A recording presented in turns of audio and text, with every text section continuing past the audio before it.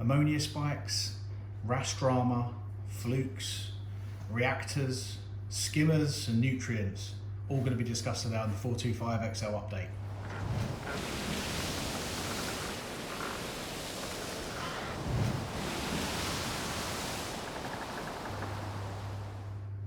Hi guys, welcome back to the channel. Here's an update on the Reefer 425xl. So we're into month 2, we finished 2 months, just entering our 3rd month now of the tank. Taking it as slow as we can, but there's been quite a number of little issues that I've had to deal with over the last 4 weeks, so I'll take you through them. We're still in a lockdown here in the UK, and yeah, we'll see how many takes I do this in on the basis that people keep running in and out of the kitchen, so bear with. So starting with ammonia, obviously the tank was cycled, we did a longer cycle, put tons of different bacteria in, and everything seemed to be going well. Started stocking the tank at a rate and it all seemed to go fine, but towards the end I started looking at some bigger fish, i.e. the tangs, to put into the tank. So we started trying to stock the bigger fish towards the end. The Hawaiian fish ban has obviously now started to have an effect on the supply of yellow tangs and purple tangs and other types of fish, especially like yellow-eyed coal tangs and all sorts of things. So what used to cost about £38 for a yellow tang has gone up dramatically. I struggled to find what I was looking for, but with very short notice I was able to find the blue hippo tang here and the yellow tang in one place and decided to go for it. So within the very short space of time I stocked the tank quite quickly, which is against all of my better judgment and was basically on the basis of demand.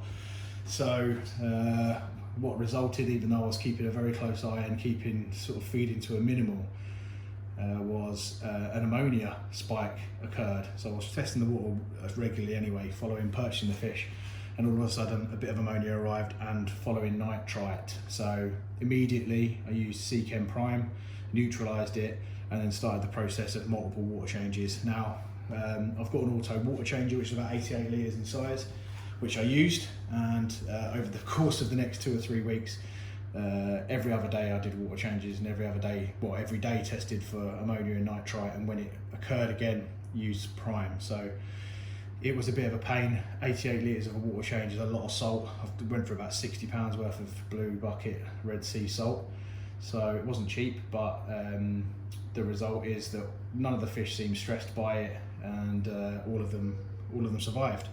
So note to self, patience. And I think on the start of this video about this, and probably about 400 times in other videos I've said about patience in the hobby, I didn't exercise it and I got caught. That led on to the next problem, which is one that we're in the middle of treating now. Obviously you'll be aware I don't quarantine fish on the basis that I only ever tend to buy them from stockists that I know well. Well, of course I used a different shop, I'm not going to name and shame because it could have been an off chance one, to buy the yellow tang and the hippo tang, and within a couple of days of being in and following the ammonia problems being solved, Flukes appeared, and the Wrasses and the both tangs started itching on the rocks and looking uncomfortable. Now they remained eating throughout, and I've obviously been feeding quite a few bits and pieces to keep them well fed, to ensure they don't get ill. That included nori with garlic in, so I think that was a massive help because the fish have stayed eating throughout and seem absolutely fine. But to solve this issue I had to use a product called Flukes, which is something you can use inside the aquarium in a reef tank, which is great because if it was ick, that wouldn't have been the case. And that process basically meant treating with 1.5 scoops for my level of water of Flukes, which I will get now, which is this stuff. Taking the skimmer offline, well, in actual fact you need to add aeration because it takes water, depletes oxygen, so I took the skimmer cup off and left it overflowing, and then I added an air stone, left that in the water for 48 hours. You could instantly see the difference in the fish and the fact that none of them were scratching. After 48 hours, done another water change and then added a large amount of carbon to clear up any other the Flukes of. Now that kills the initial infection of Flukes, but what happens is they have laid eggs in that meantime, and within 4 to 7 days them eggs will hatch. So after 5 days, I am going to be doing exactly the same thing all over again, and that will happen this Thursday. So Flukes look like they're on their way out. You can freshwater dip fish for a few minutes to get flukes off of them, but trying to catch all of these fish and trying to make sure it's out of the aquarium is just hard work and probably nigh impossible.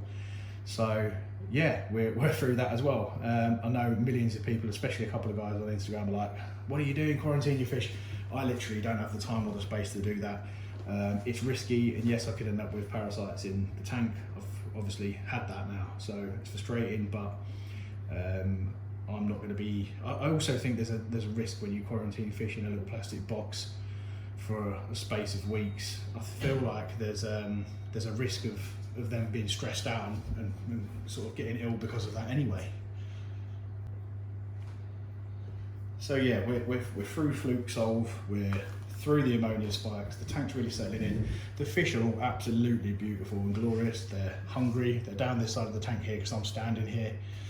They're going really well. We're just starting to, we've had the lights on for a few weeks now. You see the yellow tang just grazing there. We're just starting to see some initial ugly stage algae across the top of the rocks. And from a lighting perspective, I've not put it on full blast what I'm going to end up on, but it's about 2/3 of the way there. So yeah, hoping to grow a few bits and bobs in there to move the tank along during its maturing sort of phase. So stocking wise, I think we have one hell of a wrasse in here. So this Quinque vitatum wrasse, sorry for the butchering, which is the multicoloured one swimming around in there, is absolutely beautiful. It's my favourite fish by a long shot, but it's a beast. And the other two wrasse I had in there, I've got an ornate wrasse in there, which is still in there, which shows itself every now and again for some food and then hides away again. And then the peacock wrasse all get scared off by this thing. It's a beast. It doesn't nip corals, it doesn't nip any of the other fish, but it doesn't like any other wrasse. And as long as it doesn't touch corals, I'm quite happy for that to be the only wrasse. I think it's absolutely stunning, and it's a right showpiece fish. Beautiful colours, really hard to see with the blue lights in this version, but we'll get some nice shots on this and put them on the Instagram page.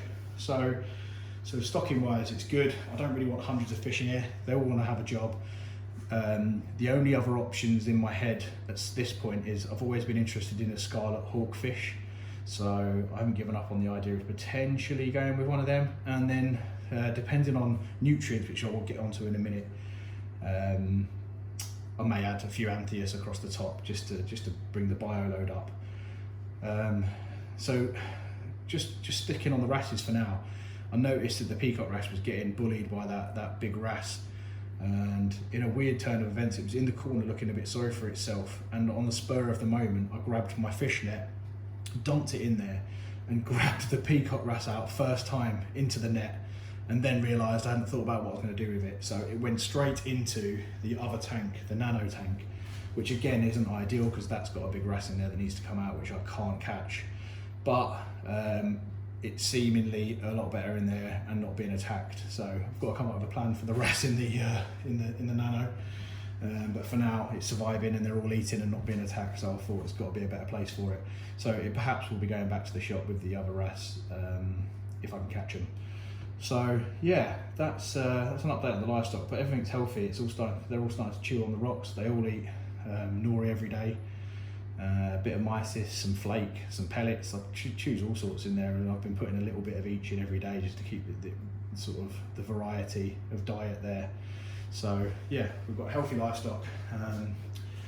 In the last couple of days also, just as a trial, I snipped a few pieces of coral off of my nano tank and put them in here as tester frags to see how the water worked and whether any of these fish nipped at them. So far they've been in 3 days. I'll take you on a tour of them in a minute, and nothing's been nipped and all of it's out and working, barring one piece that I put my fingers over too much.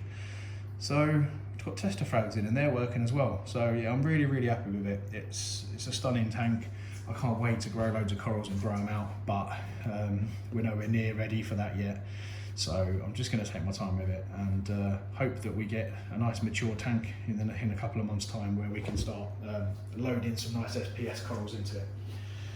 So I'll take you off the tripod now, show you around the tank.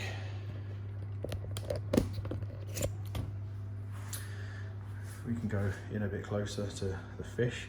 This orange spot rabbit fish is absolutely glorious. It's got big already. It's eating like a horse, but none of them seem to attack each other, and they all seem quite happy. So as I say, they all swim really close together, especially when I'm standing in the tank for food. But that orange spot, it looks quite blue in this picture because I haven't put a lens on, but it's silver with orange spots, and yeah, it looks very prehistoric. It actually looks a little bit freshwatery, but it's my wife's favourite fish. It's a beast, it eats anything that goes, and they're all starting to pick on the rocks now. You might just be able to make out a little bit of brown on the top here, where we're growing some stuff up with these radions. Nothing on the sand bed yet, because I've got a conch in the other tank, and I was thinking there might be some diatoms blooming, but nothing yet. I just think it's taking its time. We haven't used much live bacteria, any sort of live rock from another tank, just a bit of biomedia, so I think it's just taking its time. So yeah, coming underneath, first thing, well, there's a few little updates under here. These little lights, little LED lights that are chargeable by USB. I've charged that once, and I've been in and out of this tank probably 100 times. They're motion sensor, they stick by a magnet and light up my sump really good. And for the money, I think they were 12 quid for 2 of them. If you come over here, look, all you do is wave your hand and it lights it all up. So starting from right to left, this is a new Rubbermaid water bin, which I believe is food safe. It holds about 46 litres. Oh my gosh, it's much better than the tank I had before. The 46 litres will last a couple of weeks at least. I've put a luggage strap around it just because it's LTFE, I think it's called, plastic, and it's not the thickest, so there's a lot of weight in it when you have 46 litres, so I only really fill it to about here, and then I've put this luggage strap around just to help with the strengthening in there. So I haven't got the doser set up yet because we don't need it, but there's the dosing pots. The doser is going to go here, and I just got the bracket through for that. Another thing I bought, again from Amazon, is these USB sockets. They are again about £12 for 2 of them. And I've plugged in the auto top up and the skimmer to 2 of these. If I can just get this camera around, you'll see the other one next to it as well. And from an app on my phone, I can just dial in and pop them off for when I'm feeding or when I want to do anything in the tank, so that the skimmer and the auto top up don't overflow. So that's been really good too. The clarity, that's from the start, so 2 months. Even though the cycle you don't get a lot of heavy load, this is really taking its time to burn through the roll, and it's done a good job of keeping the tank clear. So I think raising it up the highest I could was a massive benefit for this, and yeah, it's working amazingly well. Really happy with it. You'll notice in here I'm running the carbon in this reactor. This is just to get the chemicals out of the water from treatment.